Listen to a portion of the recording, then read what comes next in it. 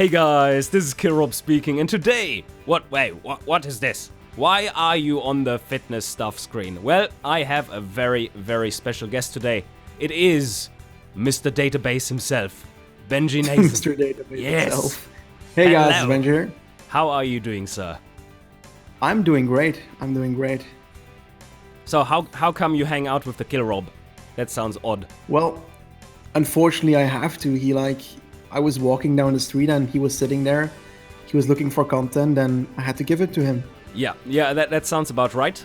Otherwise, the PCM Inquisition will pay you a visit because we need content. Yeah. So, yes. What we are going to talk about today is quite interesting.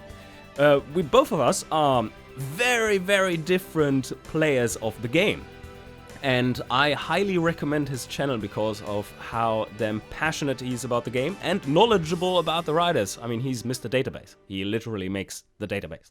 So thank you.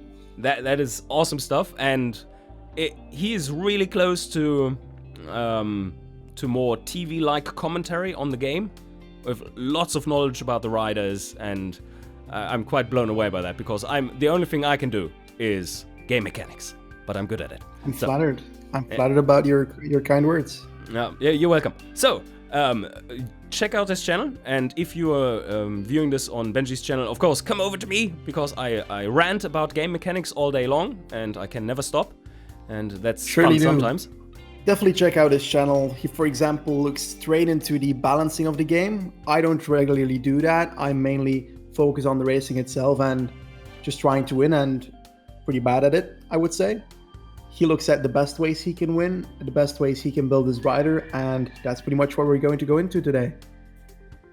And that sounds about right, and that is why we are on the skill page. That is one of the main advertised features of this year's PCM edition. And I was surprised when I first saw it, like, wow, okay, that is a meaningful change, and potentially a really interesting one. So we have 4 different main categories, and these categories are performance, personality, discovery, and race. And you gain skill points with every level up, or rather 1 skill point per level up, which you are then allowed to distribute into one of these sections. Each section has 3 sub-skills, which each of their own have 3 sub-levels. So that is 9 skill points per category. In general, this year, the rider starts at the age of 19 at level 1. You go for 36 upgrades. This means you can go up to level 37. I said this wrong in an earlier video where I said it was 36. My bad. Apparently my math is pretty terrible. So it's 37 levels, and in each level you get 1 of those skill points. And that means that you actually can get all the skills. If that is true, if that holds true, and they haven't changed it somewhat sneakily without you knowing, that means you can get all the skills, and that is... Bing, bing, bing, bing, bing, we have a winner here. It is bad game design, yay! Because if you can get all the skill points, and the only difference is how long it takes you to get there, then it's not really a meaningful choice you make. There was a bit of a break in game design of RPGs and so on, which came around the era between Elder Scrolls Morrowind and Elder Scrolls Oblivion.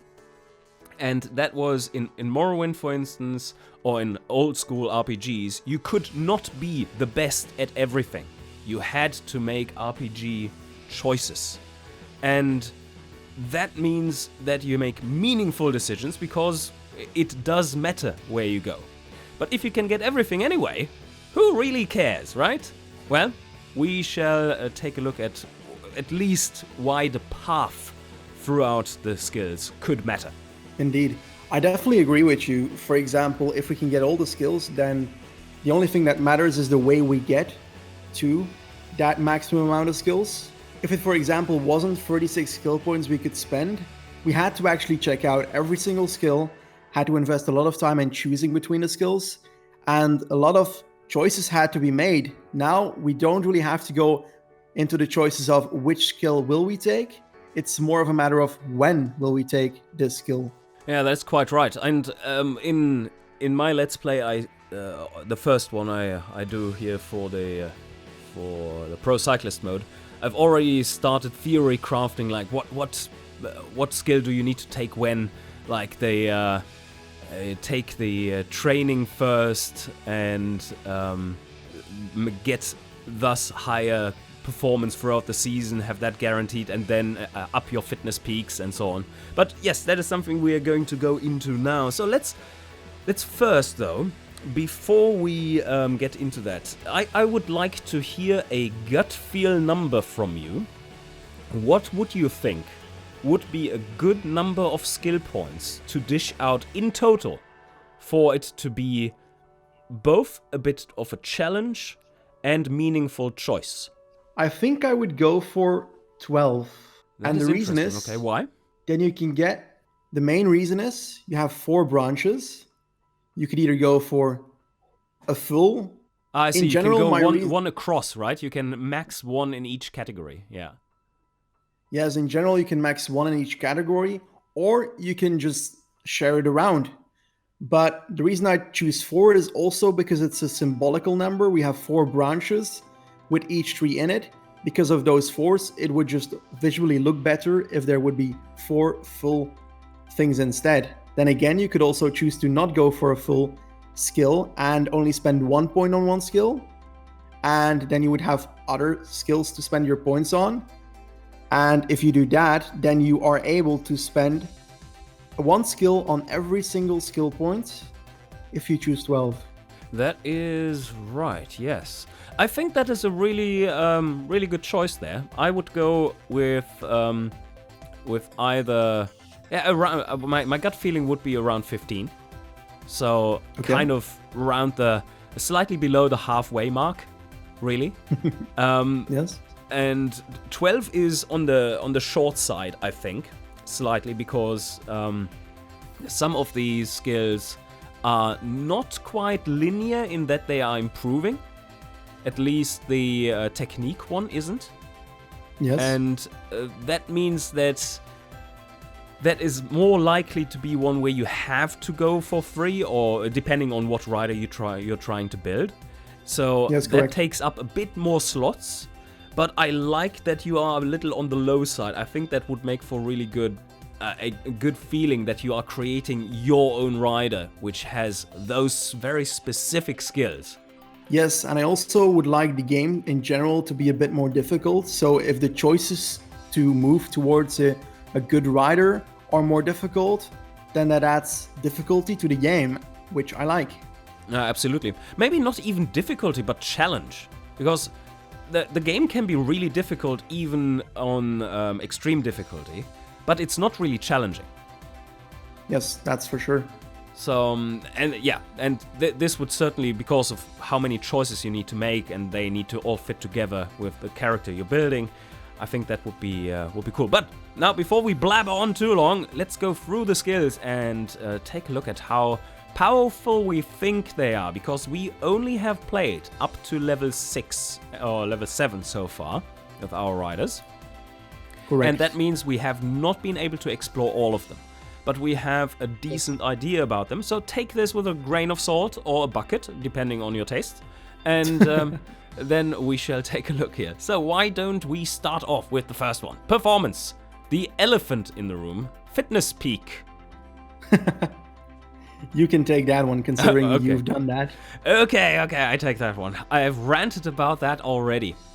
So, let's take a look here. The standard state of your fitness peak is that it randomizes a number of days between 12 and 18 for which you can keep your fitness peak. And the fitness peak means that you get +2 race day condition for all these days. And that is not race days, unless you have all those days covered by races, of course, but rather just a certain time frame on the calendar. So the usefulness of the fitness peak, let's just break it down in general first, because that is something that is easy to overestimate, and that's not it is a little bit more nuanced than saying, like, oh, you have +2 for 15 days. No, not really, because the +2 is on all the days, but not all days are being raced. Also, not all days are important for your rider. And that is a different story there. Let's say you're playing a sprinter and there is a hilly stage which just is too hard for you to really compete for the win. On that stage, the fitness peak is still nice to have because it helps you get through it, but it is not quite as valuable as on a stage where you can really compete for first. And thus I would say that it can't be counted as quite as powerful as +2 for 15 days, but rather, let's say about half of it, because the days you don't race at all, it isn't worth anything, and the days that are slightly off days are, well, kind of half value.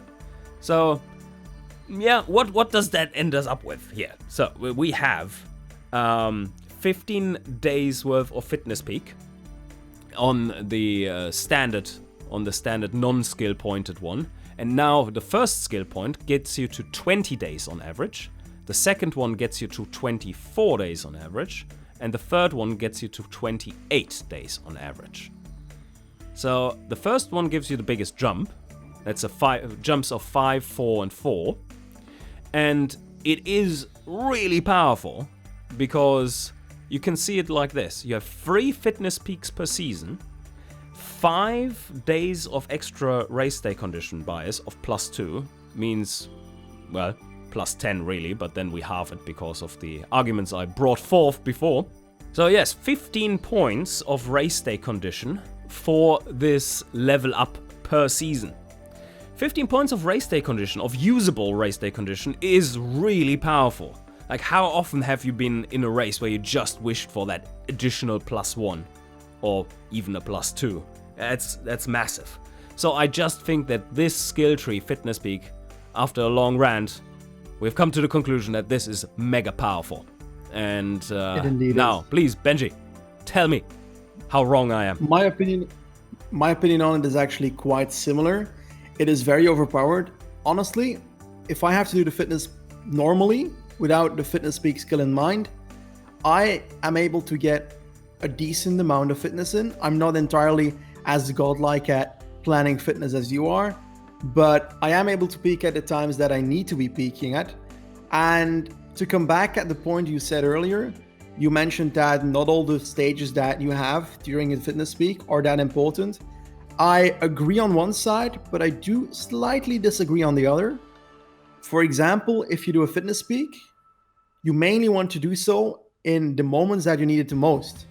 If your rider is a Grand Tour specialist, you're going to probably do it in the 3rd week, the 2nd to 3rd week of a Grand Tour, potentially the first one if you're at the level 3 of the skill tree of the fitness peak. But without the fitness peak skills in mind, you'll have 15 to 20 points, depending on whether you spend points or nothing. And depending on that, you will probably do so in the last 2 weeks of a Grand Tour. And if you do that, those are going to be mainly mountain stages, unless the Grand Tour is not well made. We have a few of those in history, but most of them, the last week is pretty much 4 out of 5 stages, or out of 7 stages even sometimes, it's just mountain stages, and we've got some hill stages in between, but it's rather going to happen that a mountain stage in the last few weeks than, for example, a flat stage. So you are right, but somewhat it is also correct that a fitness peak will most likely happen on the races that suit you the best, you know? Oh, absolutely. Oh, yeah, I think you're right. And you were taking the perspective of the tour rider there. And I fully agree with your analysis for the tour rider, if you are able to then time it for the fitness peak there. But you also have to see it from the perspective of a classics rider. And there it looks completely different, right? Correct. It has quite limited use for a classics rider. Unless, of course, you think about like, yeah, they usually the classics are grouped together, like all the hilly classics, all the cobble classics, and so on. They're grouped together in the period of about-ish 1 fitness peak. So if you can time it right, then you are guaranteed to get your fitness peak for all of them, and that makes it quite powerful. And while the single the single race in a tour doesn't necessarily account for quite as much as like winning a classic. I think this kind of weighs it up again also partially, but not as much. The fitness peak is more important for tour riders than it is for those who are riding classics. Very sure. And in general, I think, just as you, that the skill is way overpowered than it probably should be. It should help a little. It should help you out by getting a few days in or something. But I would do it differently. I would reduce the initial peak, because I find 15 days a lot to peak at. If you see riders in real life, you have riders that ride decently at the start of a Grand Tour of 21 days, but they get better over time and they only peak in the third week most of the time. Some of them do it amazingly, that suddenly they're good for a whole Grand Tour, but most of them have to peak perfectly in the last week to be able to sustain in the mountains in the last week. That is a really good point. I never really thought about that this way. I agree. Yeah, that's very good. So 15 days seems like really powerful by default. So maybe it is a general scale thing here. An alternative way of kind of, in air quotes, fixing it might be that each one of these costs 2 skill points instead of 1. Because that is about-ish how powerful I see them be. At least that powerful. Yes, I see. So you would kind of start a economical system in this, that you have to spend certain points on certain skills. Because, for example, some skills that will come later, I will explain later on, are less important, if not almost not important at all, during races or for your overall evaluation of evolution, for your overall evolution in your career mode. So there's a clear difference between some skills when it comes to how much they are worth. So it would probably be best, like you said, to make some kind of system that you have to spend more than 1 point on certain skill points. Or you have more levels within them. But on the other hand, as a UI designer as well, this is beautiful. Like the layout is good. It's very clear. It is very straightforward, and very nicely crafted. But it doesn't quite fit with the balance, as we are going to find out more and more while we're going through this. I think we've covered the fitness peak quite exhaustively. If anyone is still listening, then let's go on to the next one, to willpower. Yeah, willpower. So I've done this one today. In general, willpower means that a few times in a season, as it says, you can turn the tide and reverse an expected negative race day condition. This means before the stage, you can see your expected race day condition according to the weather, according to your training, according to whether you have the leader's jersey. Those are all factors when it comes to the race day condition. And at that moment, you are able to reverse a negative race day 2 times per season at the first skill point, 4 times at the second skill point, and 6 times at the third skill point. This is already for me an example compared to fitness peak, as we spoke earlier about that this is worth less to me. I can use this twice and it's gone. If it's at level 3, then we can use it 6 times, but I'm going to need it more than 6 times if I have a bad period in a Grand Tour. Yeah, that's quite right. I also think this is quite a bit less powerful, but in a strange way. So we do have. Let's talk about the mechanic in general.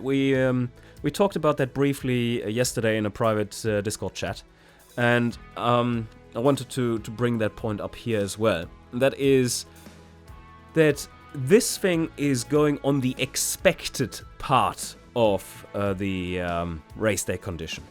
The expected part of the race day condition, if you have not made absolutely terrible choices, should never really be in the negative.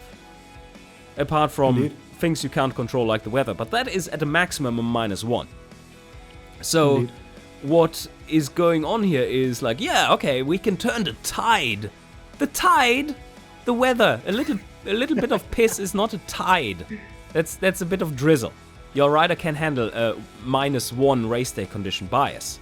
So I differentiate them between race day condition bias. That is the thing you see on the start screen before you start the actual stage, and then the dice roll of the race day condition modifier, which is a random, and it seems to be a Gaussian distributed random number centered around 0.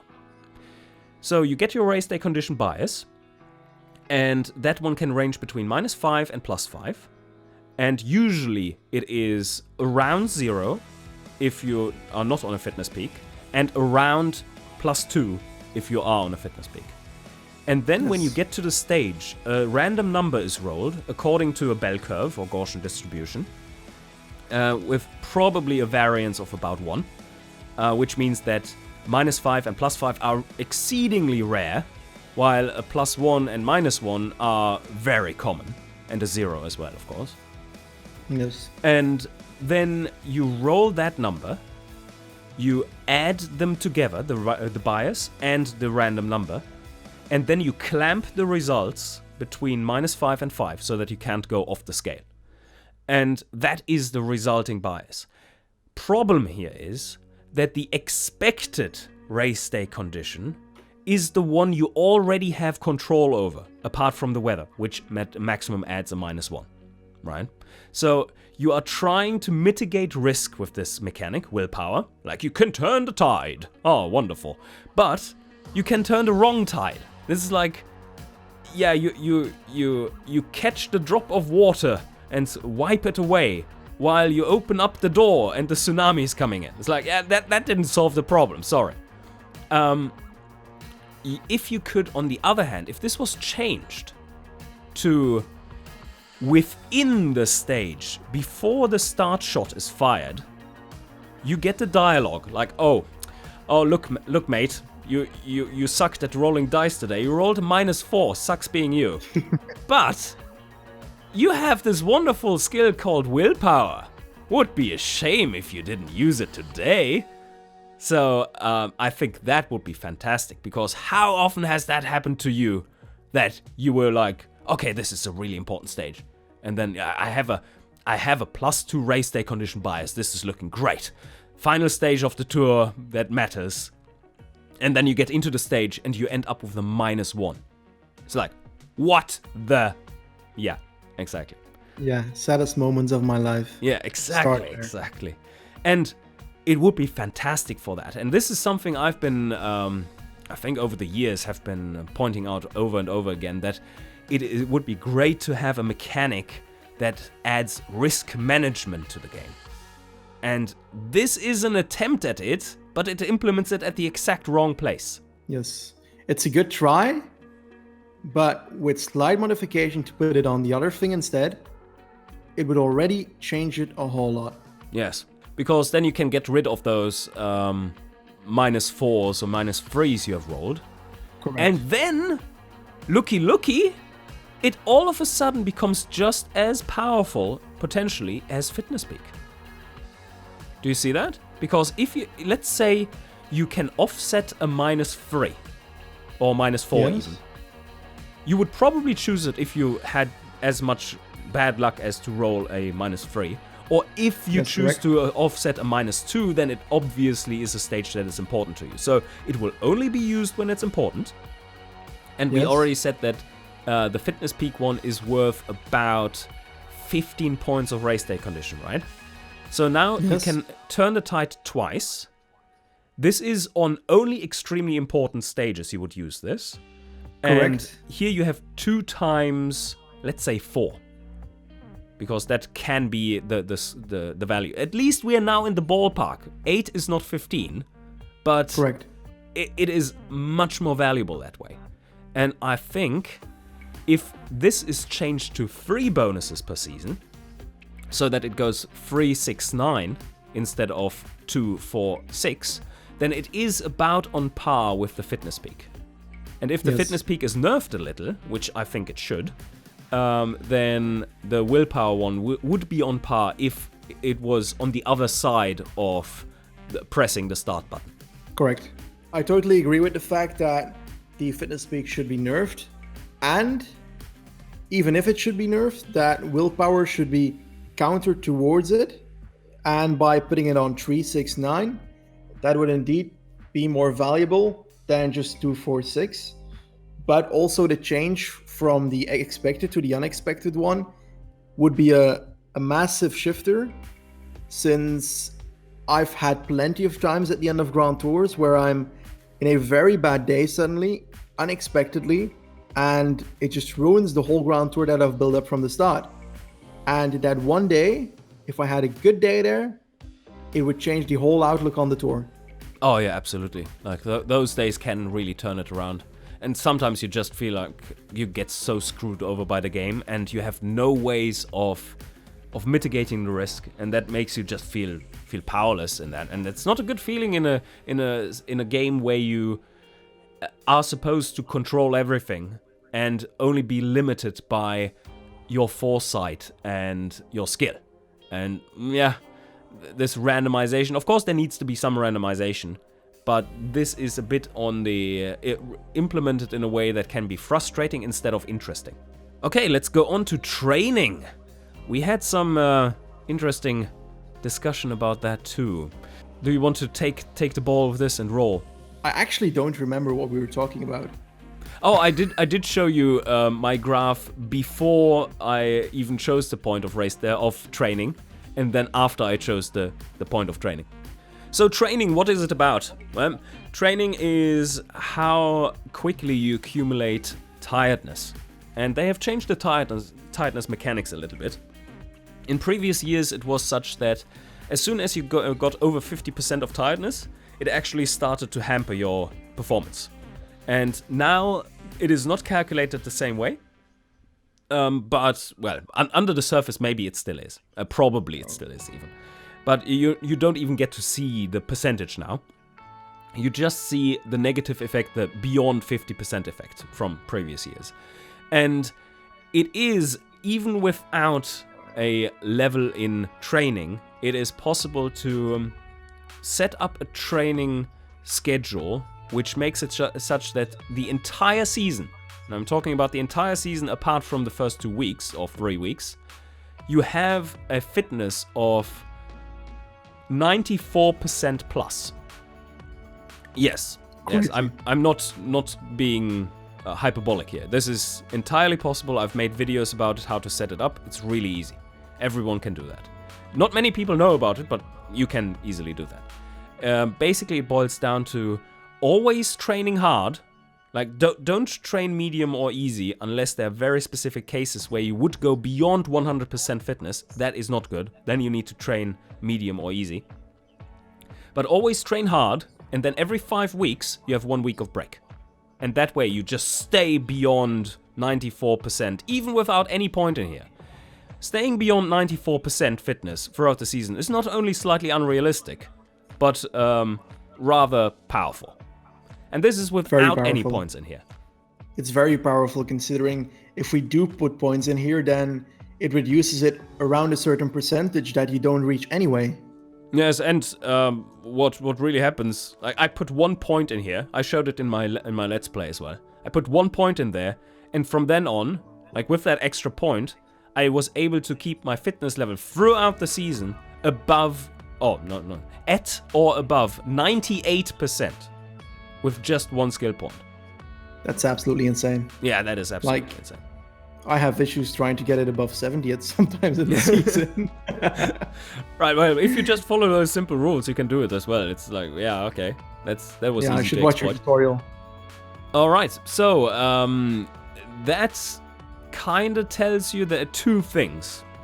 One is that the base level from which we are starting, just like with the fitness peak probably, is too high. The performance level of the rider is too high. It should be much more difficult to get around the tiredness. Like, if I right now can be at 94% or above, most of the time, like probably averaging more like 97-ish%, without any skill point, that probably should be more around 92%, like 5% less on average. That sounds better for someone who really, really knows the game mechanics and can squeeze the last little bit out of it. That would sound about right to me then, like 92%. And Correct. then with 1 point in it, you maybe get to like another 2 or 3% on top of that, but still worse than you are currently at the start. And then point 2 gets you to ever so slightly beyond where you are right now at the start. And then the last point can get you to slightly beyond that even, but not much. So that a skilled player can get away with only putting like 1 or maybe 2 points into it, while someone who is not really wanting to take that much care of it and just throws in a few training weeks here and there, he would want to go with 3 points in here to make life a little easier and his rider more performant. Correct. In general, I would apply a cycling view on that. And if I do that, then in general, the performance is just too easy to make. The fitness peak is easy. The willpower thing is at the moment, you don't really have those moments when you are in full fitness peak. And if you do, then you can't really touch the unexpected one, the unexpected race day condition. So in the end, you can't really turn the tide that much as you want it to have. When it comes to training, I find it, again, too easy. In my opinion, if I see real life cyclists, they have so much trouble peaking at a certain point and they sometimes totally fail. And that should happen as well. If, for example, you ride a few races too much, then there should be moments that you have unexpected tiredness, because you can't always expect tiredness. And that is something that I would like to see added. Oh, that's an interesting point. I would want to have some kind of feedback there, though, that makes it possible to somewhat forecast that that there's a risk coming up. Like there needs to be some kind of safe zone, and then you go into the risk zone, and so on, and the risk from there on builds up. Because if you don't have that, then it becomes again a random mechanic that is very difficult to do risk management with, which makes the game interesting. There's one more little thing I would like to point out before we're moving on into the next section, which is much more in your ballpark, I would say. And that is that if the developers were to decide that, okay, well, you guys kind of have a point there with the fitness peak, that it's too powerful if it's that long already at the start, and then increases even more, that if the fitness peak becomes that much shorter, you need better ways of telling when it will trigger. Because otherwise, currently you're just guessing. Because the game somehow has now decided that there are different numbers for or values for training, depending on which situation you are in, and they are not transparent. For instance, in the previous year, it was that per day of training, modified by a tiredness, you would get 1.5 points of fitness peak, where 100 triggers your peak, per day of training, right? And per day of racing, it was 3 points. And now, the first fitness peak I tried to trigger the first season of my pro cyclist career, I got 2.4 points per day of training. And it triggered like 1.5 weeks early. It's like, what? Okay. So that's not really helpful, right? There's no way of really telling where you want it and how you're going to get it. Yes. Or there should be a way that it is more of a fitness peak zone. That in that zone, you have the chance of triggering a fitness peak. For example, with the training zone where I talked about the tiredness, there should be a tiredness zone in my opinion. And fitness peak, from a cyclist level, it is sometimes kind of unexpected to be in it earlier. So I do get that, but I'm not sure it's good for UX, for user experience, that it can trigger earlier. Yes, I agree with that. That should be triggered by Like, triggering a fitness peak early is kind of already a thing if you're racing too much, though. Or was in the previous season of PCM. And that was what was confusing me, because I had 2 race days before that fitness peak. And I triggered it 1.5 weeks early. That's crazy. Yeah, that just doesn't fit together. Because I do get your argument. I think it's a valid point. But that is something we already had in the previous year of PCM. That if you were overestimating how much racing you need in order to trigger it, then you would be out early. In general, the fitness peak I had so far was fairly realistic. I didn't really have an issue with it. I had planned it so I could ride well at an Italian race called the Settimane Internazionale Coppie Bartali. And I was actually in a fitness peak around the Settimane Internazionale Coppie Bartali. So I couldn't exactly complain about that. But then again, for me, it felt like I planned it, and because of that, it was born to happen. I have a bit of an opposing view to you in that I would like it to be more difficult to fix it perfectly. To have it perfectly at the moment you want, you'd have to slightly adjust it every few weeks or something, for me personally, according to the unexpected changes in your training plan. Right. Okay. Yeah. No. I can see that is certainly a valid viewpoint. That's probably a different taste, but I think both of these viewpoints are kind of covered with the game mechanics they are proposing here, because you do have on the last level of the fitness peak, if you go to level 3, you can trigger it manually. Which is more like what I would like to see, because I'm like I want to be in perfect control of every parameter there is, right? While for you, maybe it would be enough to not be able to do that and have a trigger within a zone. So they kind of try to cater to both of these here, but getting to level 3 in fitness peak is way too important for the other benefits it has, as to have that as an option. Even to not get it. Yes, I get it.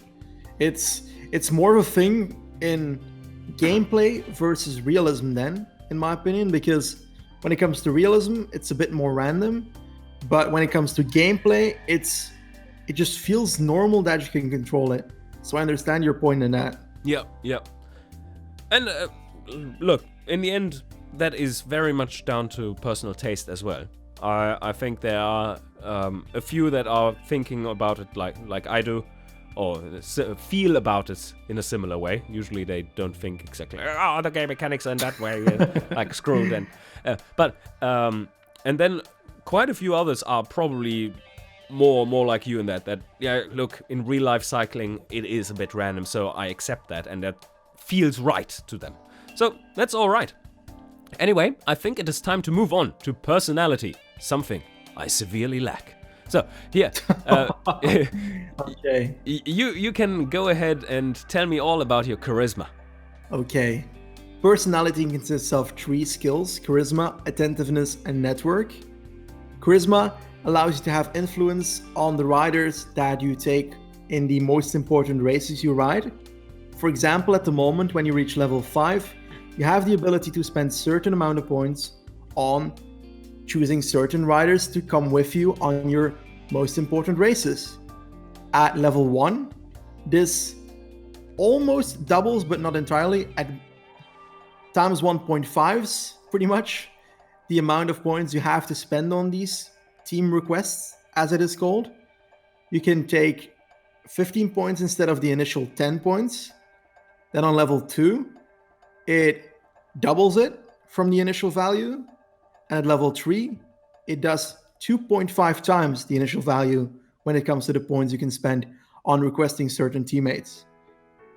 Not only the teammates though, but also the races, the calendar, right? That needs to be pointed out. Correct. All right. Yeah, but please continue. In general, I do believe that this is much less important compared to the performance branch. But let me continue here. For example, attentiveness. This is more of a passive thing. You gain experience passively every single month to be able to grow naturally even if you're injured, for example. I have definitely no experience with that. Anyway, level 1 makes you gain 10% more experience passively per month. Level 2, 20% extra. And level 3, 30% extra. This means normally you earn 50 experience at the start of the game per month. At level 1, that would be 55. Level 2, that would be 60. And level 3, that would be 65%. If my math is correct. Yes, it is. 65 points, yeah. That Yes. is correct, but not entirely. It's not giving you the full picture. That is correct for Grandmaster potential. And that is where you get 50 points per month. Yes, correct. If you have lower potential, for each level lower than the Grandmaster potential, you get 5 points less per month. So if you start out at excellent potential, you only get 40 points. If you start out at very good, you only get 35 points. Okay, I've only had experience with Grand Champion, hence Right, hence my because initial thought of it. you're like easy mode, right? Ha, yes. Okay, bye. So it goes. Anyway, yeah. Do you want to take a quick look at network as well, or do we take on these two at the same time? I'd like to talk about network as well at first because that gives a full view of what personality can perform. Network is quite a special one. I realized that today. So the transfer system in Pro Cyclist mode has been totally changed, just like the career mode. And at the moment, that means that at a certain moment in your career, so that's usually in April, then your agent contacts you and he says, I've brought you a list of teams that have somewhat of an interest in you. And they show how much interest each team has according to a red bar, a yellow bar, or a green bar. If it's in the red, they're not entirely too interested in you. If it's yellow, they're semi-interested in you. If it's in green, yeah, we'll take you in probably. Now, what this can do is, every single month from April onwards, you can spend a contact of interest point. This means if you spend a point, for example, in April, and I give that to a team that is currently in red, let's say Sport Vlaanderen, I put 1 point, 1 contact of interest point in that, then during that month, the interest of that team in me will grow. If I put a skill point in network, I will have 2 contacts of interest to put into, for example, Sport Vlaanderen to grow their interest. I've done that in my personal Pro Cyclist with a certain team, and after 2 months, so in roughly July, I was able to get a team that was totally uninterested in me towards mediocre interests. So I think if I do it another month, I'll probably be in the area of them being so interested in me that they will allow me to come to them.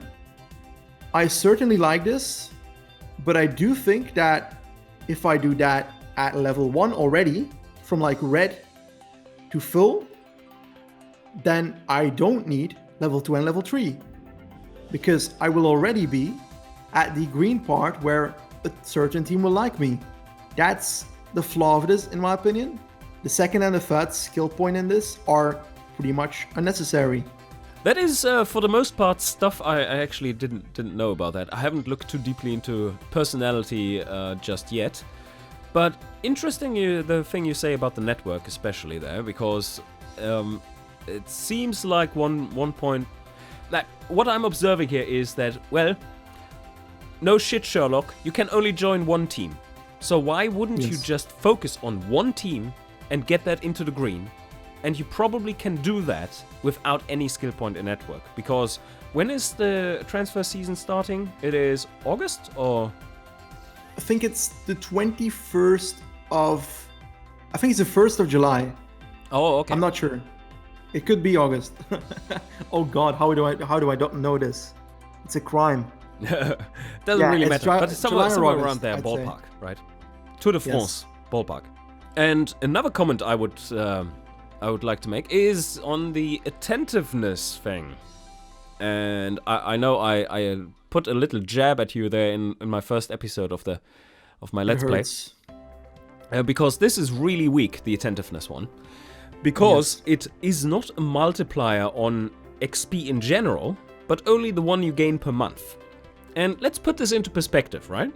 So we are talking about 5 points extra per month of experience, and you get that regardless. How much points of experience do you get for completing a random objective within a stage, like do lead work for 15 kilometers or 20 kilometers? Correct. It's well, more you get than about 10 you points get in for a that. month. Yes. So that means about 2 points in attentiveness gives you one of these objectives completed for free per month. So if you are racing enough, which you should if you have a decent fitness planning, then this is just extremely weak.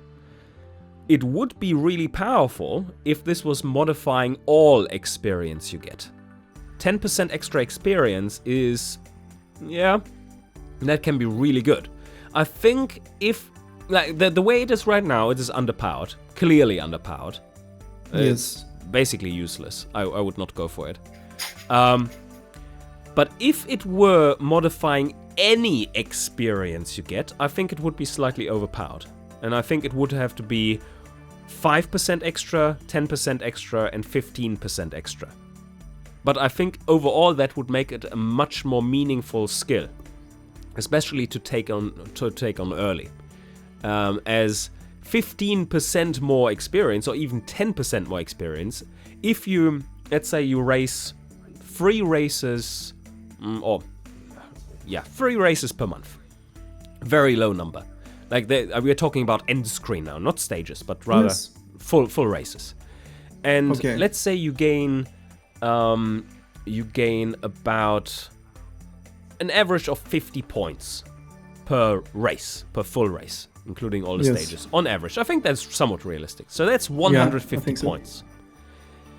If you then add 5% to that, well, that's 7 or 8 points.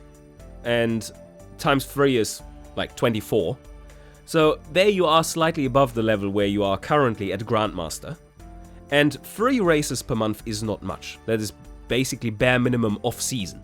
If you're on-season, you're racing all the time, like, especially if you're a classics guy, you have per month maybe 5 to 10 races. You can see that this is becoming really powerful. And even for the larger tours, where you get a chance to earn experience every single day, this can become really good. But I think 5, 10, 15% wouldn't be too much. Yes, but I have some experience with, for example, being injured for a few months. And if you don't ride races because of the injury, then this will become super useless. Just as useless as it is now. so basically you make it no worse, right? So it would be, instead of 55 points, 55 points in your case, you would now only then get 52 or 53. It's not that much of a difference, is it really? Yes, but I mean, for example, it would be great if it would somewhat anticipate, like, if you, for example, don't ride that much in a certain month, that it counters that, but then again, it wouldn't be a rewarding feeling for the people that get good results. Yeah. I'm just like sketching tricky, in my mind for a second. Yeah, I don't think there's a good way to do that without losing the reward.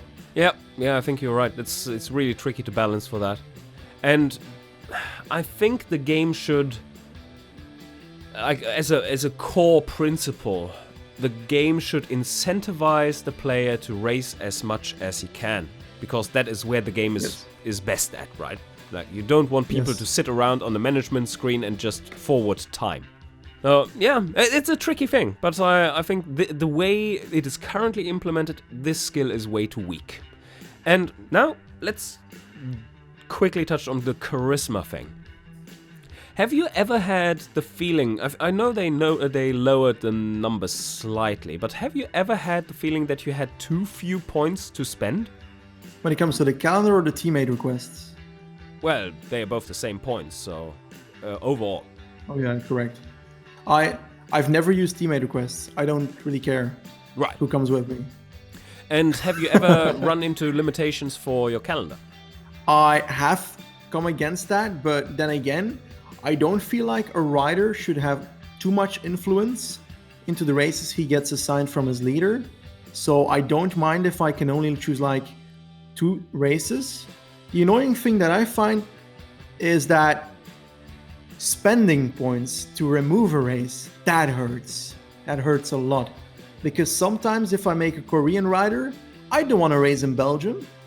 I want to remove the Belgium races so that I can assign the Japanese races, for example, the Korean races, the Chinese races, so that we can have a realistic plan pretty much for him and the squad that he rides in. If he rides at a Chinese team, I don't really want to be riding in England all the time. And yeah, it's more of a realism thing for me that it costs way too much points to remove a race, the same amount as it would be to add the race. And that really hurts if it's a pre-assigned calendar from the game and it has races that I don't want to ride and it's 7 points to remove a race. I have to just simulate it pretty much to skip it. And I don't like that. Right, interesting. That's a very different approach than what our perspective than what I would have, because realism in cycling PCM, that is just not something that is really on my mind that much. But well, the game mechanics point of view, of course. And to me, the number of points you get at the start, which we have seen in the starting phases of the Let's Play when setting up the calendar already. Yes, the points are limiting, but you are going to get level ups until the point where you ran out of points to change your calendar. So Correct. In each level up, you get more points to spend. So basically, at level 0, you never have too few points. So I don't see any need of changing or of using any of these.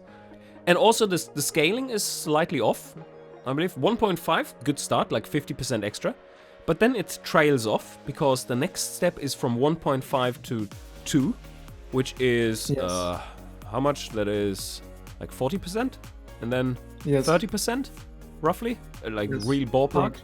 So it gets weaker the more you add, which is fine. But this is a linear system. Like one skill point is one skill point. It should be exponential. So it would have to be slightly exponential to make it the percentage increase constant. Yes. I totally agree with that. I find a few of the skills having that same issue. In my opinion, this is a whole other thing that I'm going to talk about now, but in my opinion, we should find a way that the first skill point is worth X amount of skill points, so 1 skill point, the second 2, and the third 3, because then you have a feeling that it's getting harder to level up each time. So I think there's a slight balancing issue between the level 3s of each, of which you can't really choose a proper way to define it, since this one's too hard and this one's too easy to get, for example. That's a bit of a weird opinion, but maybe you have the same thing. I quite agree with that, and that is something that, for instance, we did in automation as well. That you are allowed to choose tech level at the start, and tech level 1 costs 1 point of the points you can spend. Tech level 2 costs 2 points, 3, 4, and so on. So that you naturally tend to be slightly more wider spread than deep in one. In general, that's relatively what I meant. Okay. You have anything to add towards charisma? So how useful do you see the personality tree be overall? Well, compared to performance, it's way less. I said that network, for example, the second and third skill point in that, I won't need ever. When it comes to the attentiveness, I like that there's a simple one like this. It's maybe not worth much, but it's easier to understand when it comes to like beginner players. They will gain more experience and they will be like, okay, this will help me grow. But then again, it should be more powerful towards those players. That's pretty much it. That is such a nice mini topic to discuss, actually. So, You just described the perfect pitfall for new players, because they see this, oh, it's a nice passive skill, it's easy, I understand it. And then this is kind of the worst skill they could take, which makes the game harder for the new player.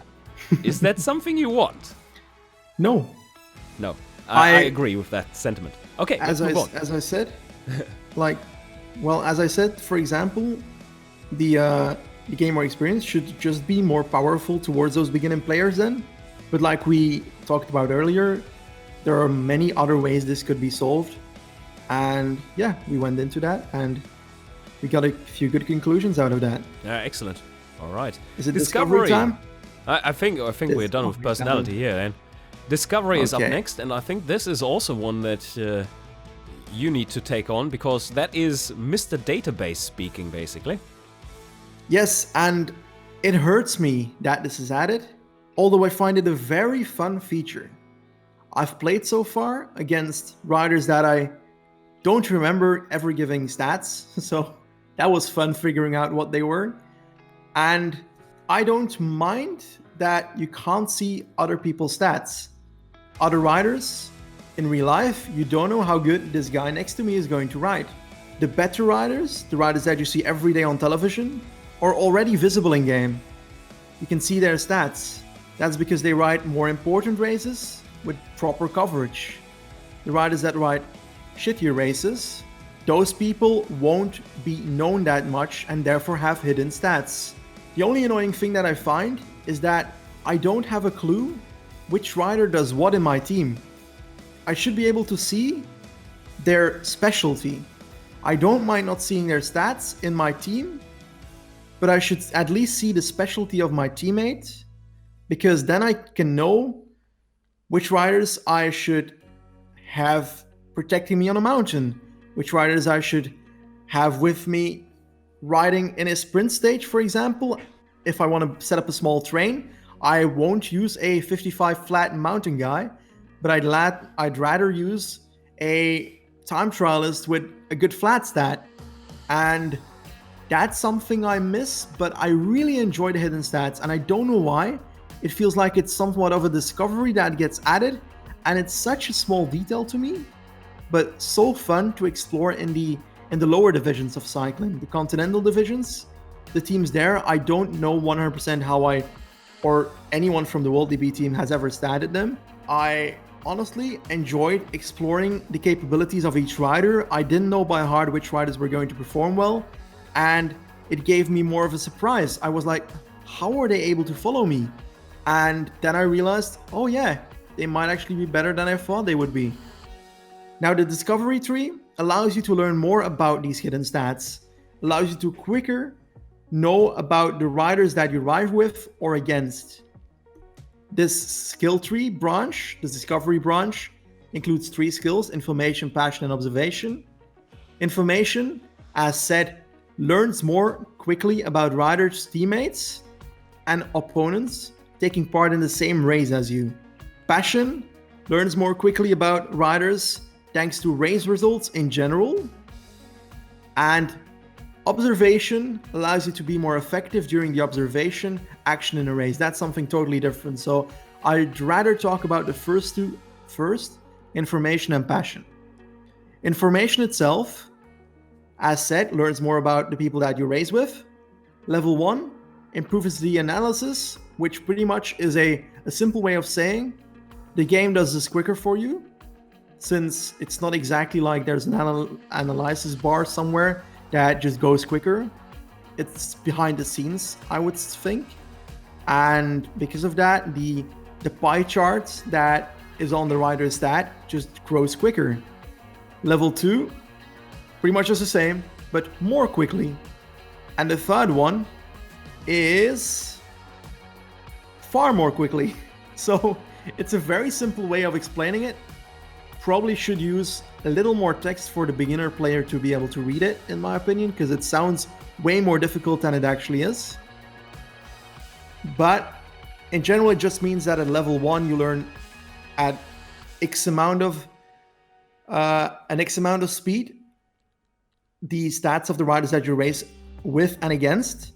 In level 2, it's more than X, and in level 3 it's even more than the previous level. And it's annoying that we don't know the transparency in the growth that this cycle does. For example, at level 1 it can be, for example, at 100%, then at level 2 it can be twice the speed that you learn at, but we don't know. It's not transparent, for example. At level 3 it might as well be like 300%. We don't know. So transparency could use it here. And in general, I don't have issues at all with information and passion in general. I like that they are skills, but they seem totally unnecessary for me to spend points on if I can spend points on something that gets me better results.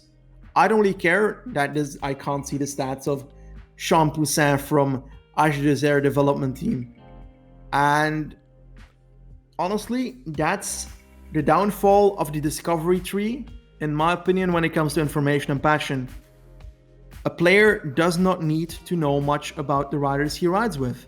He learns it along the way. If he rides himself, he's going to see that a certain rider rides well in mountain stage. He's going to remember that. The next stage that I ride against Jean Poussin, I'm going to know this guy is going to sit on my wheel and he's going to be a hard one to drop. And because of that, I won't need to learn more when it comes to the stats. The last issue is, for example, that a lot of players tend to change the stats of riders in game. And if you do that on a higher level, in Pro Continental riders, for example, then a lot of people will not 100% know their stats, but they will already have a clue what these riders do. In Continental as well, it's going to be much easier for database makers to notice. It's one of the sad things that I noticed when playing. I know the riders' specialty of most Continental riders, and that hurts. But in the end, it doesn't really matter, considering there's only a few of us that work on databases, and I'd prefer a feature to work better for the majority of the people than just for me. So I really enjoy this hidden stats. I thoroughly enjoy this, but the main downfall is that investing points in information and passion is not worth it compared to spending points on either performance and even personality. Even attentiveness is, in my opinion, worth more than information and passion. I think that is a fantastic breakdown of those two. I couldn't have said it anywhere near as good as that, so I appreciate that. And I do agree. I was thinking that you might be more on the, oh, this is really nice fluff and I like it because of that, and I would spend some points on that. But no. The cool-headedness prevails, and indeed, the question that needs to be answered is, how much does knowing the stats of a rider, the pure stats of a rider, help you in making decisions that improve your race results? And the answer to that usually tends to be, at least on my end, very little. It can be important in, for instance, okay, which exact wheel do I take in a sprint? But usually you know a few of the names around there, at least. Like, even a complete moron in that regard, like myself. Like, oh yeah, I know, even on the lower levels, like, oh yeah, the B is really awesome in sprints on the lower on the lower tier. So let's just follow him. He will do the job. And like you said, after one or two races, you kind of know which one to follow, even if you don't know the stats. So, really good fluffy thought behind it, but I don't see it working out that well. One point I would like to make here for a UX perspective, user experience, is that this kind of helps new players. Because if you are a new player and you start on lower levels, the more stats and everything you get presented with can be a lot of overwhelming information. And this narrows it down to like, oh, look, at the first level, where for most riders we don't even know anything. But on the first level we know like, oh, this guy has 5 out of 6 in sprint. You probably should watch out for him in the sprint. It's like, okay, I can get that. It's easy to follow. So, Okay. then there is the third skill in there, which we have not really talked about just yet. Correct. And that is the one which stands out in this tree to potentially be quite useful. Yes. So, do you want to give us a quick rundown of that one? In races at the moment, observation is something that was in a few years ago, by the way, fun fact. In 2011, you were able to observe a rider in the peloton, and it would say whether the rider was planning to attack or work with you. They removed that part, they removed everything about it except for the magnifying glass, and they gave it a new use this year. The magnifying glass now allows you to see the green, yellow, and red bar. The green, yellow, and red bar defined by the endurance and resistance stat. The green and yellow bar can be defined by the endurance stat, while the yellow and red bar can also be defined by the resistance stat. Am I right? Yes, I'm right. Okay, I was doubting there for a second. Now, this comes in very handy because if you're in a certain race, let's imagine you're in the Tour de France. You're on the second position in GC, 2 seconds behind, let's say, Chris Froome. And then there's a gap of 3 minutes behind you. There's one person I have to look at, Chris Froome. At the start of the stage, I just right-click him, I click observe, and I can see his green, yellow, and red bar. Now, when I do that, I have full control of knowing whether he's able to attack or not. That way, I know whether me pacing on a climb is worth it or not. I'm gonna be really honest, I forget to use it all the time. So it's something that old players will have to adapt to a lot. I don't know if it's as overpowered as I thought it was. At the start, when I noticed this change, I was lucky to be able to play the beta and notice that, and I honestly didn't think it would be this underpowered, since I thought, well, if I can see that, then I can react to everything that he does, and I will know when he can attack, I will know when he's tired, I will know when I can attack. But I've noticed that when I'm in the race, you're so deeply in the race that you focus so much on your own rider that it doesn't matter how much Froome has in energy, because at certain points he's going to have full yellow when it comes to the yellow bar, and a split second later he's going to have done so much effort at a certain point that the yellow bar is gone, and that's the moment when I need to see it, but I don't see it because I'm on my own rider, and I have to click especially on Chris Froome to be able to see his bars. So if this would be a useful feature to me, then it would not be shown next to the attributes of the rider I'm observing, since I would have to click every single time on the rider to be able to see that. It should be somewhere in the UI somewhere, but there's a lot of space already filled and I don't know where it could fit. Then again, next to that, it is realistic that you look at the rider every single time. If you're on a bike and you need to look at a certain rider, if he's tired, you look backwards and you lose control of your own. When you're riding, you focus on one person. So the realism is there if you have to click on a rider to be able to see it. But in game, I think it's slightly flawed. Then again, I like it as a good addition, but I would not spend my points in this personally. I think it is that is a good breakdown of it, and what I'm a little worried about is the transparency again, because I've noticed that for some riders I just click them and I see everything. For other riders, I only see the green bar, and correct. Okay, what was the difference here? Why does it work differently for different riders? And maybe it could be.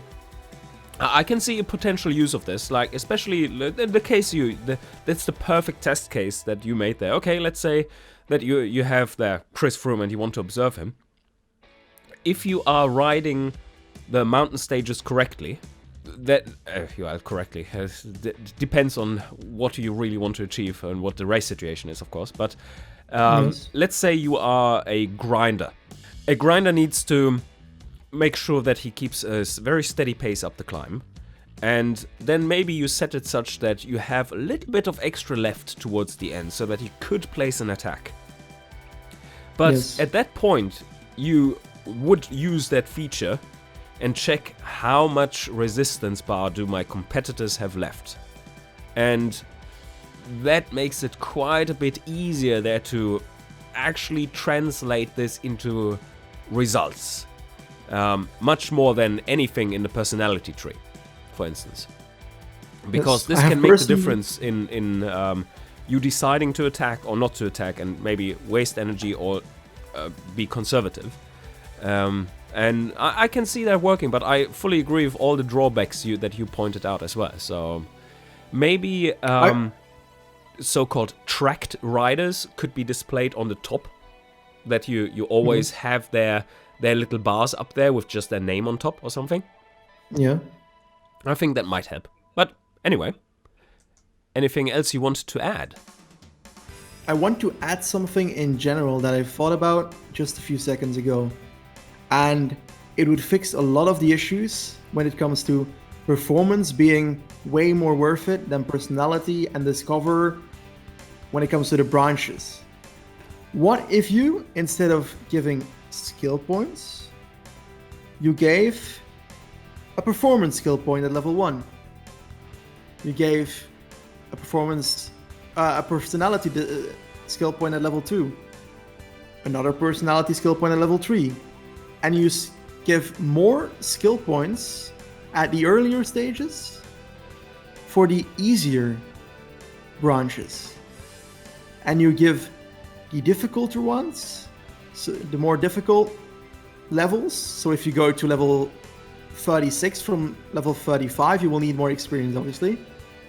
And if you give a performance skill point there, compared to level 1 to level 2, you give a discovery skill point, then you have the difficulty level in between those to explain that discovery should be spent earlier on. And you force a player to aim towards a certain category at a certain spot in their career. Earlier on, I would let the player go more in depth into personality and to discover the worlds that they are riding in, and to personalize when it comes to the experience. For example, it's a simple starting boost, a level 1 upgrade, gain more experience each month. It shouldn't be worth much then. And then you can give race and performance skill points near the end of the career when you can optimize it. It's slightly flawed, but like, I do believe that there's an idea there that could really work. What is your opinion on that? I quite like where you're going with this. It has a few caveats, of course. Yes. So that sounds to me like streamlining and fluffing it up a little bit.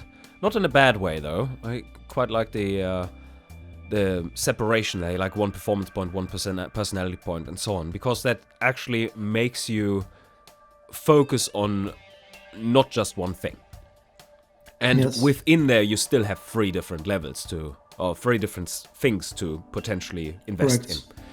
So it makes it less overwhelming at the start for new players too. And that's a good thing. On the other hand, it limits you in the way that you can't fully roleplay it the way you want, which is, That's true. of course, not necessarily something you want to do in, like, how many pro cycling managers were there so far? Like 20 something, 22? It started in 2000, I think, 2001, I think. Oh, right, so it's like 18 or 19 then. Yeah, something like that. Yes. You will have a lot of experienced players in this. And also, of course, new ones. But I think the main core of the players are players that have played Pro Cycling Manager before. And I don't think you have to, or you want to constrain those players into playing it a certain way. But on the other hand, what you're proposing is partially solving some of the balance issues. because what you're eliminating that way is power leveling into a specific category. Yes. And which is exactly, by the way, what I'm doing in my playthrough, because I see like, oh, well, this is obviously overpowered, so I'm just going to level into this. While the system you were proposing there would completely get rid of that. I did the opposite than you. In my playthrough, I didn't go for fitness speed because I saw it was overpowered in your video. I don't go for the overpowered things, and I try to like look into the easier things at the start so that it feels more balanced. So I'm already countering the balance of the game, which shouldn't really have to happen. And what I like about the idea is that discovery would be one of the first. You would be discovering the place you entered. You started Pro Cyclist mode, would be discovering the riders you ride with around you in your team. And that way, by the time you get to the moment where you are at a certain amount of skill, if you're like at 78 mountain or something, then you can start investing in, let's say, performance when it comes to like reducing tiredness. If you already know what tiredness is, because at the moment, if I just invest in tiredness on level 1, then I will never know what tiredness is as a new player, since I will never have it, for example. So that's right. Yep. More in that regard. Yeah. I definitely see the benefits of this, and it does make perfect sense that you would gain like discovery stuff first, and then maybe a little bit of personality and spray in some personality, especially around the time where you would hit the level where you start to get into contracts and stuff, and thus lead the player a little bit more. Yes. But yes, I think that's a good thought, and I doubt we will see this in this season of Pro Cycling Manager. But yes, for sure. But let's move on to the race category. Yes. And I think I need to take on technique, because I think the first skill is made for myself. The Ealing. The Ealing, yes. I call it the Ealing. The Ealing shall commence. So basically, one thing that these are 3 separate skills. They should not really be represented as a ladder of skills, but rather as completely independent ones, because they are all different skills you can trigger within the game, and via a button press, each one of them. So if you have all 3, you have 3 different buttons to press. And the first one is you magically move through the peloton. You cannot attack while that skill is still active, and it is active for quite a while, like a good and sprint 20-30 seconds. Can you sprint or not sprint? You can't sprint. I use it in a sprint, and then I couldn't do anything anymore. Yes, exactly. The only thing you can do is effort cursor. So you can get close to sprinting, and if you don't want to attack or sprint, then that is just perfect. Because what I have observed so many times, and being ranting about my ass off basically for so many episodes of my Let's Plays, is whenever you are moving into a climb, like the final climb, everyone tries to get in there first, but because of how the game works, as soon as the riders hit the climb, you get a compression effect of the peloton. Like everyone moves closer together. And then the game notices like, oh shit, the riders are too close together. Let's turn off collision detection. Oh shit, yeah, okay, what happens then? Everyone can move through everyone. Yes. Which means that if you have a good position at the start, then all of a sudden 200 meters later, you're like 30 positions back, and everyone has just moved through you, not past you, through you. And that is something that was so infuriating to me, and I don't think they have fixed that, because that's a very deep underlying issue that you can't really fix because of how the game works. Yes. And but this skill kind of makes up for that, because what you can do is just final climb coming up. I hit that button. I have free movement through the peloton. I am the eel that goes through the peloton, just like the other guys usually did with me. So I am the eel. Yeah, that's a fantastic way of putting it. So you can do to them exactly what they did to you always, but you had no chance of countering. Unless you set yourself to go 99, which was a terrible idea from a tactics point of view. And I think this is fantastic. This is a really useful one. Another instance where you can really use this is, let's say you're on a cobble stage, there were some falls, you're slightly behind, and the next cobble section is coming up. And you need to move to the front to get into the cobble section at a good position. You activate the skill, you don't need to attack or anything in the next minute or so, and just whoosh, you're at the front. You still have to put in the effort to get there, but it's way easier to get there. I think this is a fantastic skill. Also that they have made it such that you cannot attack or sprint right after using this. Because otherwise this would be horribly overpowered. I totally agree with that. And I feel like the general idea of having abilities in-game really make it so much more fun. And I don't know why. It's like playing League of Legends and Pro Cycling Manager combined. It's just sad that we don't have an ultimate. Yes, the ultimate would be. The ultimate would be making other people throw by Dicky McSpeck.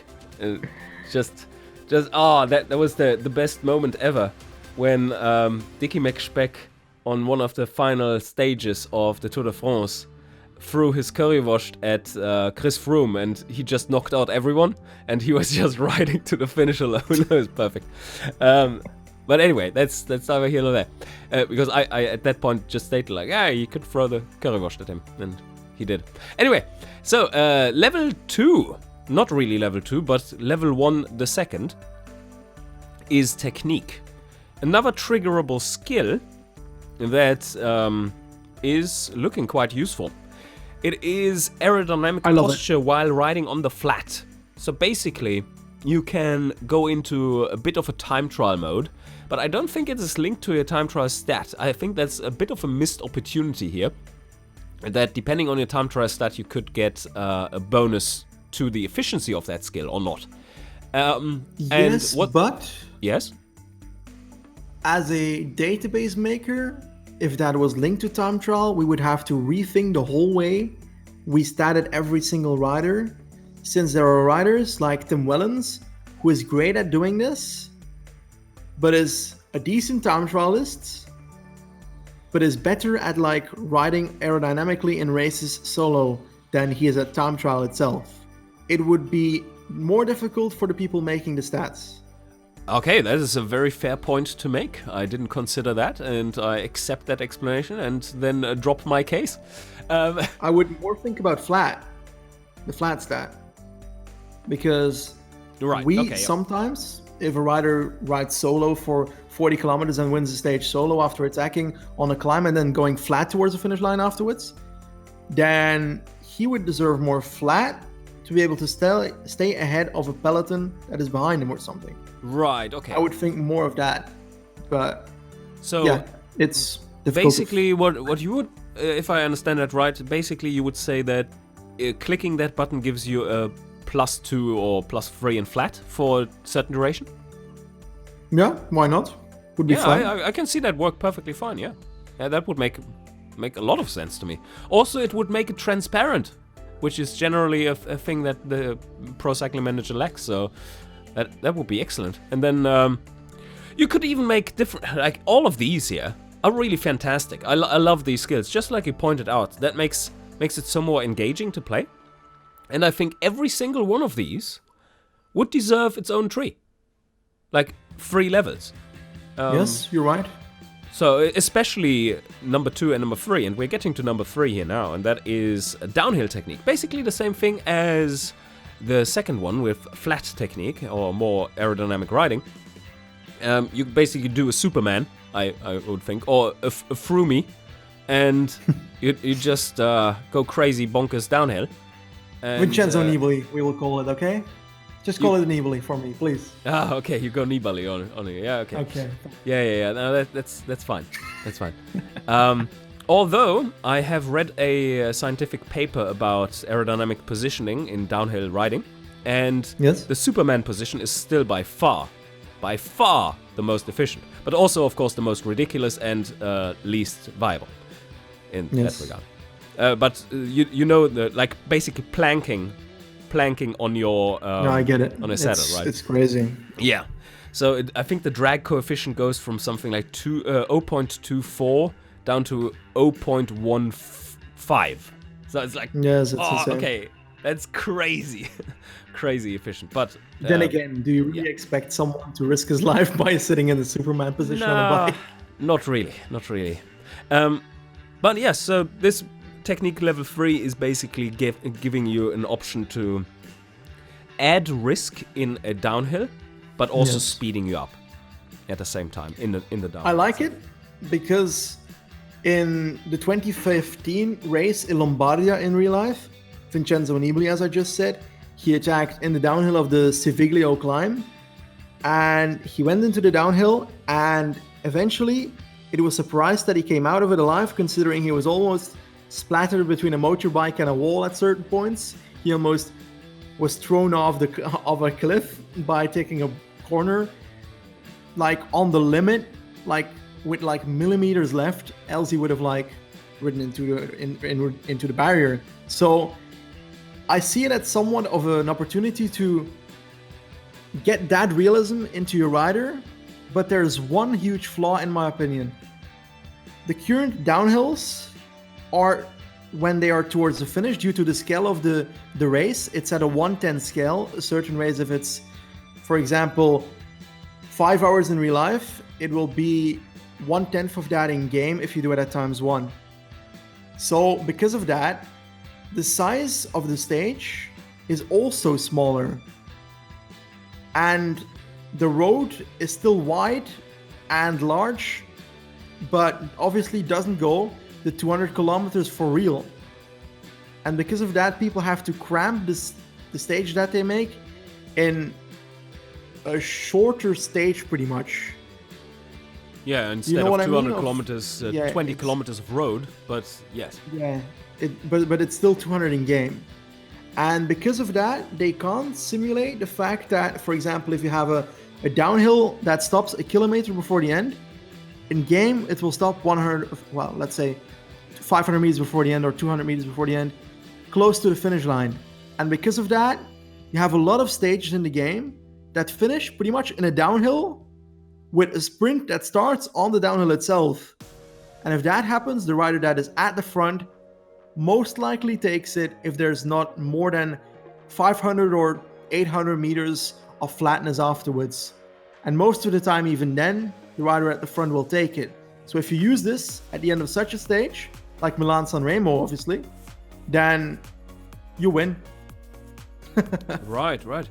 That is a really good explanation. I was wondering why that was the case, but yeah, that makes perfect sense. But I have noticed that too. That some abilities can't be used at the end of a stage. Stealth, for example, the one we're going to talk about in the future.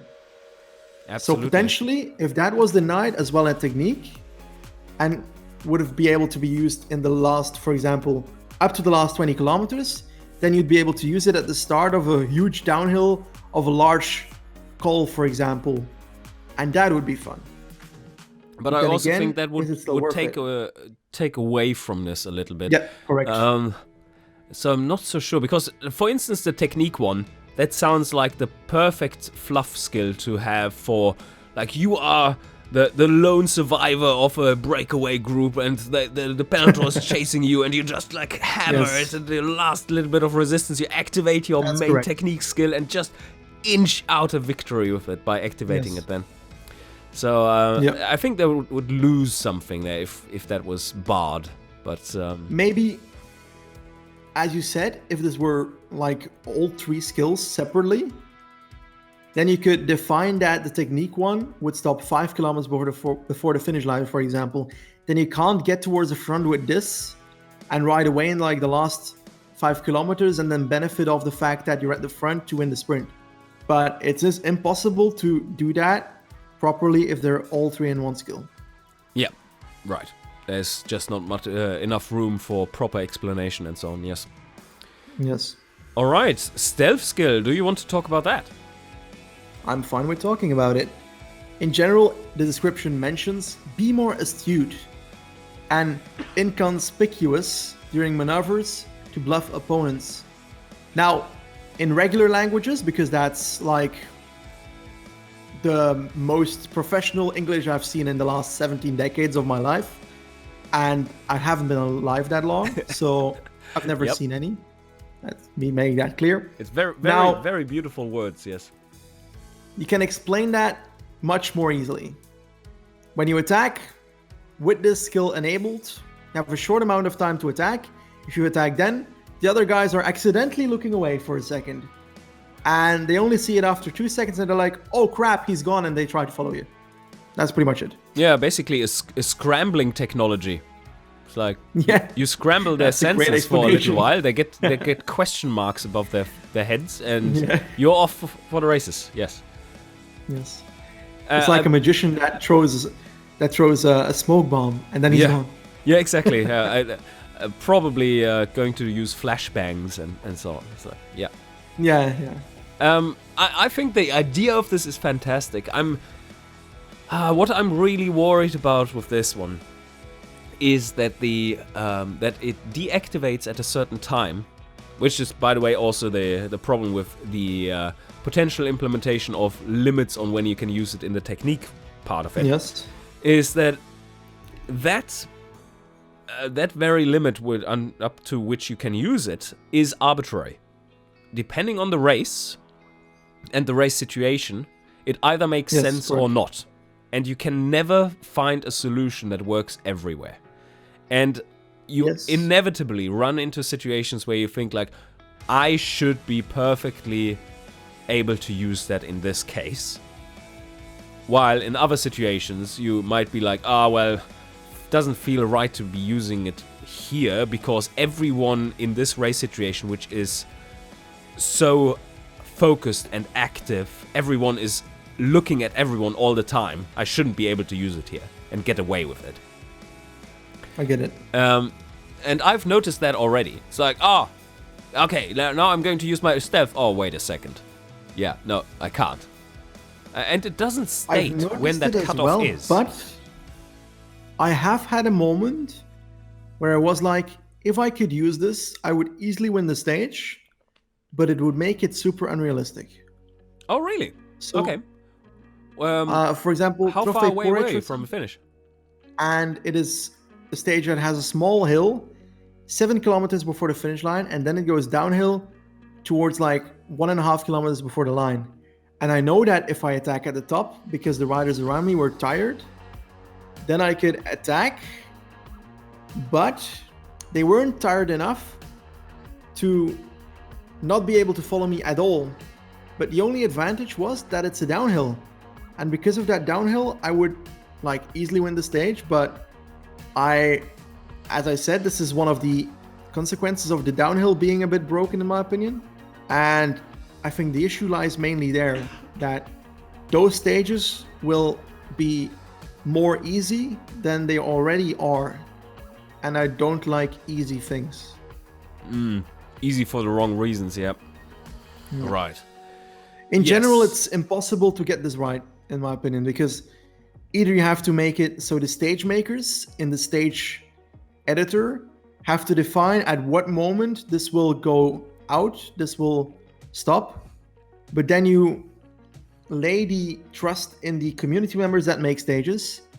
And even as a database maker, no offense to the stage makers, there's a lot of great stage makers, but there are some that will forget about it, that will nonchalantly place it somewhere random, and because of that, the quality of databases will go down. So I don't think that's a solution to allow it for the stage maker to have that happen. So I don't think there's any way you can get this right. Yeah, very, very tricky. I didn't think of exploring it from that part, that you could place it on each stage separately. That opens up a whole different can of worms, really. And, it is a tricky one to balance, that's for sure. But at this point, I don't think it is all that useful. because of its limitations. It would be more useful if there was a clearly stated cutoff. Like, okay, Yes. this skill will always work, independent of race situation, up to, like, whatever, 7 kilometers before the finish. It's like, Yes. okay, I can deal with that, but it needs to be displayed somewhere. And currently Yes. it isn't, and when you have saved up your stealth bonus for that occasion, and then you find out that it's just beyond that limit, it's like, yeah, okay, game screwed me over in that way. So that's not really, user experience-wise, this is not optimal. I just would like to see the number, Yes. then it's fine. Because it can be useful. Yep. In general, I agree. Alright, then Can let's you explain move Super on. Leader, or Sorry? because I haven't spent any point in Super Leader, so I don't 100% know what it does. Right, no, me neither. Me neither. But we can still quickly talk about what we think it does, and then we shall see what it actually is. In general, I have heard from other people that played that it, for example, if you have a certain teammate riding ahead of you, that you can use this ability on the teammate and not on you, but I'm not sure about that. Let that be sure.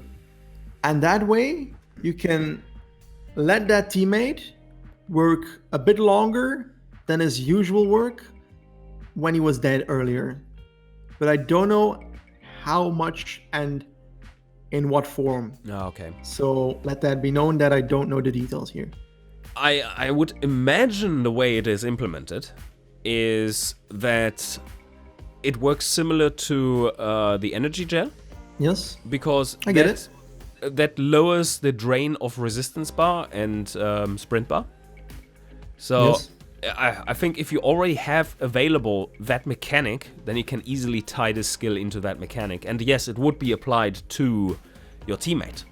Honestly, this would be as simple as just, at the moment, you can't activate the energy gel of a teammate. It could go as simple as just activating that energy gel. Oh, well, you can, but it's not supposed to be, right? Yeah, and it wouldn't be worth it, I think. Well, you could in PCM 2018. You could activate a teammate's energy gel. Correct. By not via the UI, but by pressing I. Really? Yeah, you just activate it that way. My goodness. Yeah, how have you missed that my all God. those years? It's Actually, very fun cheaty, fact. but yes. The furthest I've gotten in a Green Pro Cycles before this year was like March. Right.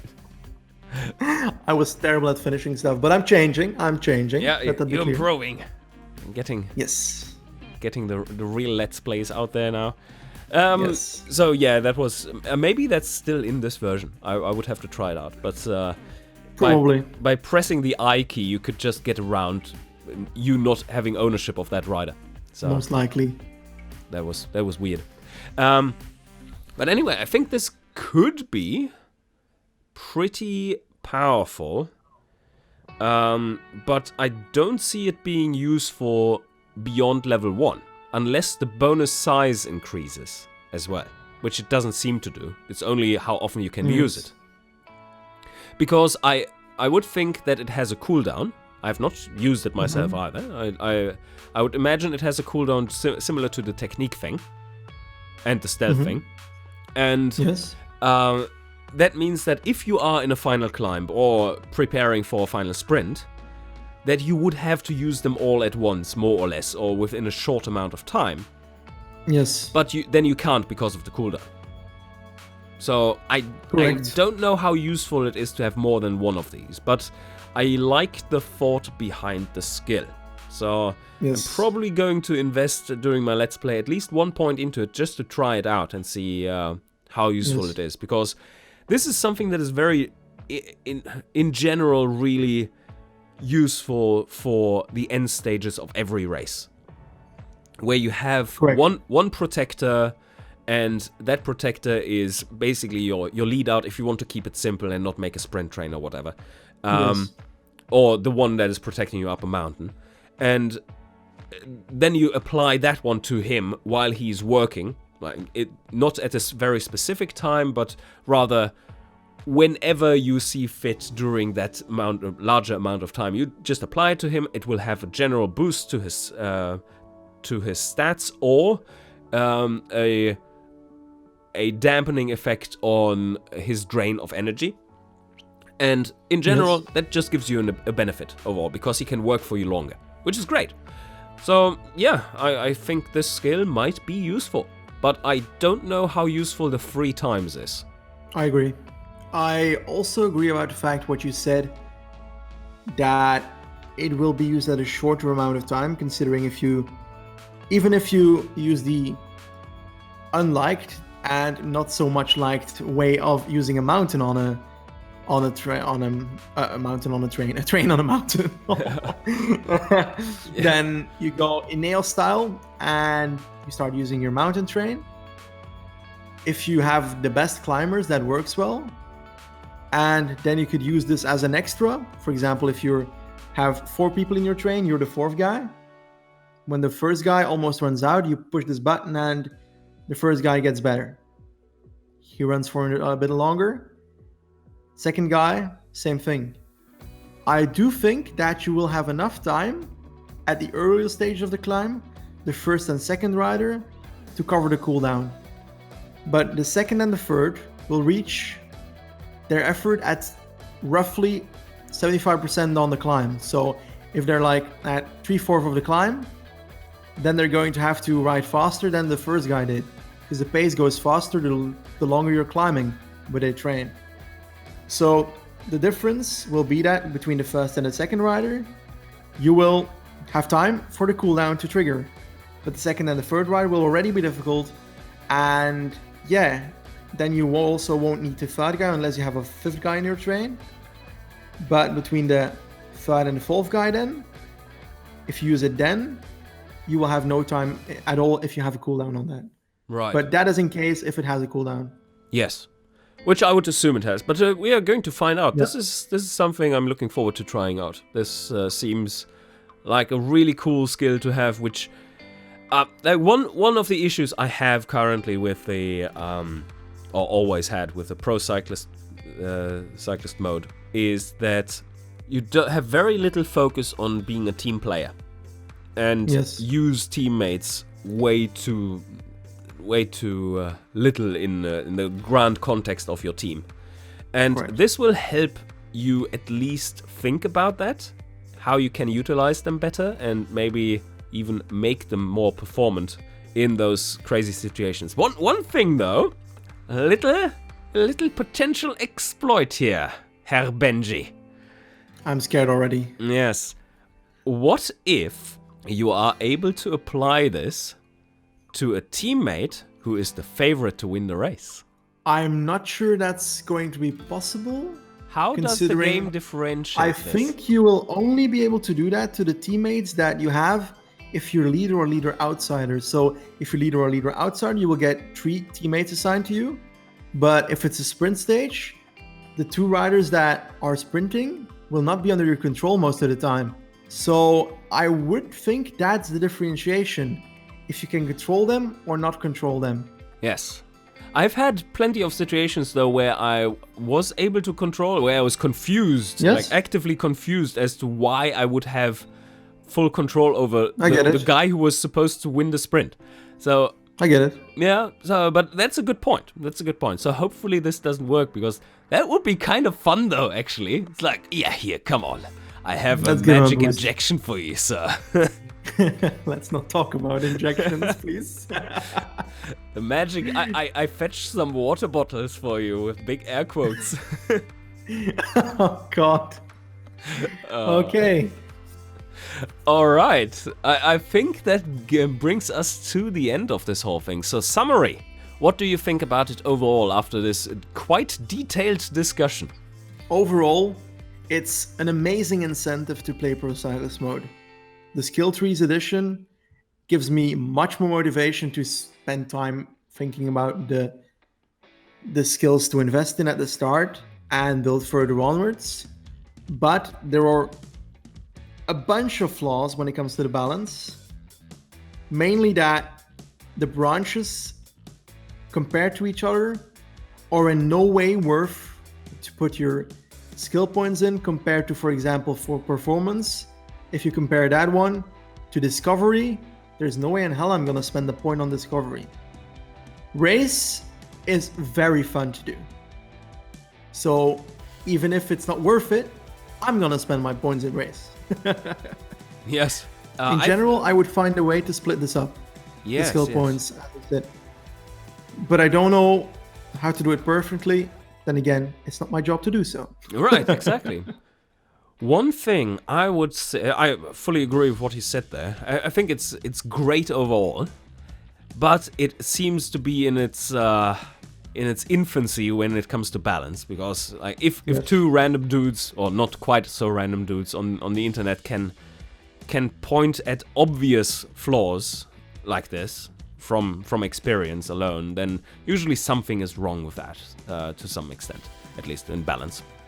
But yes, what I would like to do here, what I would like to see, is personality and discovery to be merged into one, because charisma and network seems like something that is, let's say, conceptually overlapping. So those two could be merged together, which frees up one slot. Attentiveness, rebalanced, yeah, okay, makes sense. And then you put a third one in there, which is the basically everything in discovery merged into one little skill, which can be called information, because that's the overarching theme of that whole tree. And then we have a full branch that now is empty. And you know what we put there? Well, the stuff that is partially in technique you put there. For instance, the different bike positions and how efficient you are in riding these. Like those skills that you can level them up individually. Yes. I think that adds a lot to it. And I think that leaves you with 1 or 2 empty slots. And I think... I would have an idea for that. Oh yeah, go ahead. If you put branch technique, then a grade one under that would be crashes. Reducing the crashes over time. Because as a beginner, you'll crash more. And if you can reduce that over time, that'd be an amazing idea for a skill. Yes, and it's also easy to implement because reasonably easy to implement because it's just one stat that dampens your risk of falls. And that mechanic is already in, so yeah.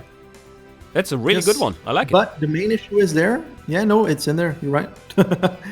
I wouldn't know the second one though. Right, no, but this is a really good start. I mean, I would put that in straight up. This sounds awesome because that is another way to mitigate risks. So yeah, no, I really like it. I really like it. And I mean, if we have one thing missing, we have let's see. Oh, I know. So you currently you have aerodynamic position for flat. You have aerodynamic position for downhill. How about you have a spinning position for mountain, where you basically increase your hill stat for a short duration of time? I don't know. Because isn't that just as powerful as these others, in principle? In general, a lot of people don't know how the hill stat work, by the way. No, yeah, but that is a whole different can of worms, yes. Because sometimes the hill stat is the mountain stat and vice versa, yes. The base thing that most databases base the mountain and the hill stat on is the fact that if you ride above 85 effort, I think it's 85 till 95, I think, not 100% sure. Yeah, I think so. Then it transforms from mountain to hill. It's 100% mountain under 85. This is only one parameter towards the mountain that is used TensorFlow. So there's probably like hard-coded stuff next to it, but in general, 100% under 85. 86 would be 90 mountain, 10% hill. Yes. And then 87 would be 80% mountain, 20% hill.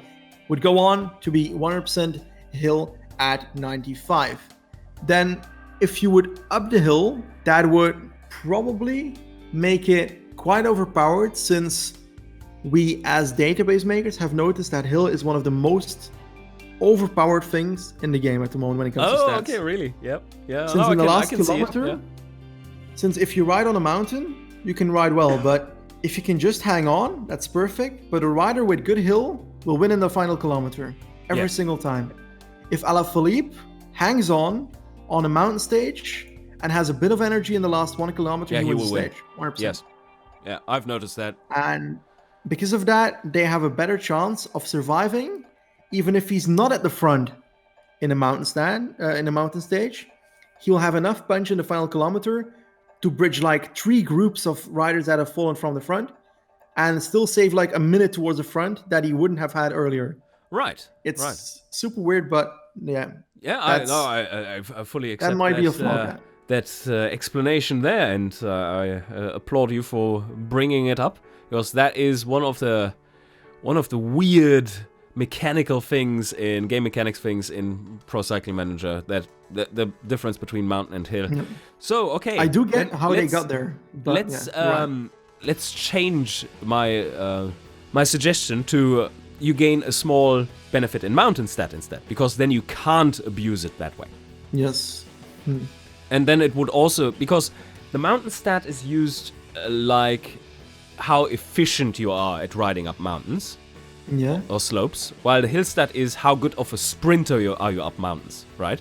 Yes.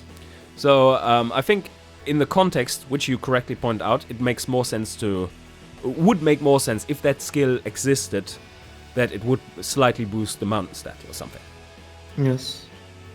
Or you could go like, as you did with crashes, towards punctures, but then it would be a kind of boring, I would say. But punctures never happen in Pro Cycling Manager, really. It's like so rare. Yeah, it's rare. It's mainly in like cobble races and so forth. Yep. And it's always me that has it, so yeah. Yeah. I mean, that's karma, so. It's karma for taking attentiveness. Yes. All right.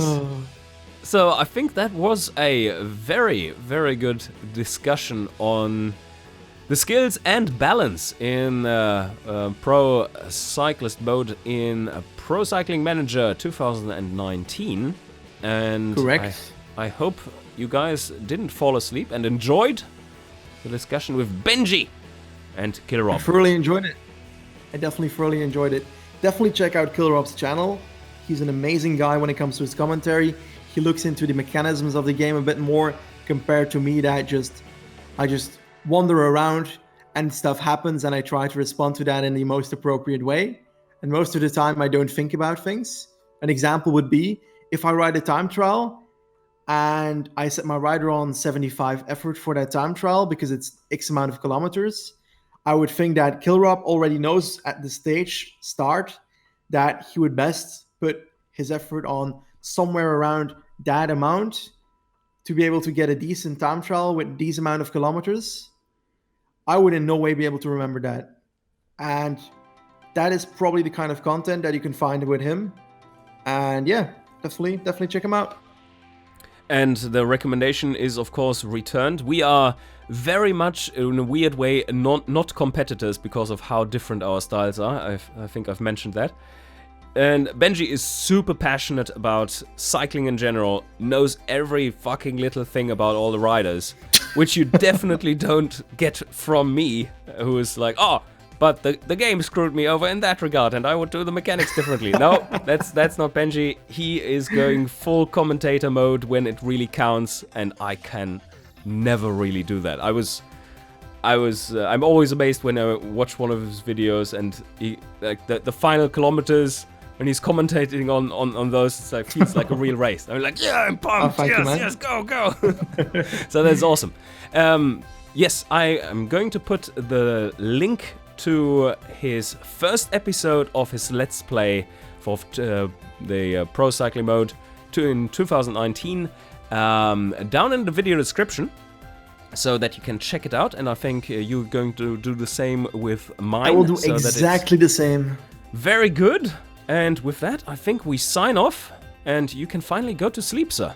Thank you. It's like 3 a.m. I just realized that. Man.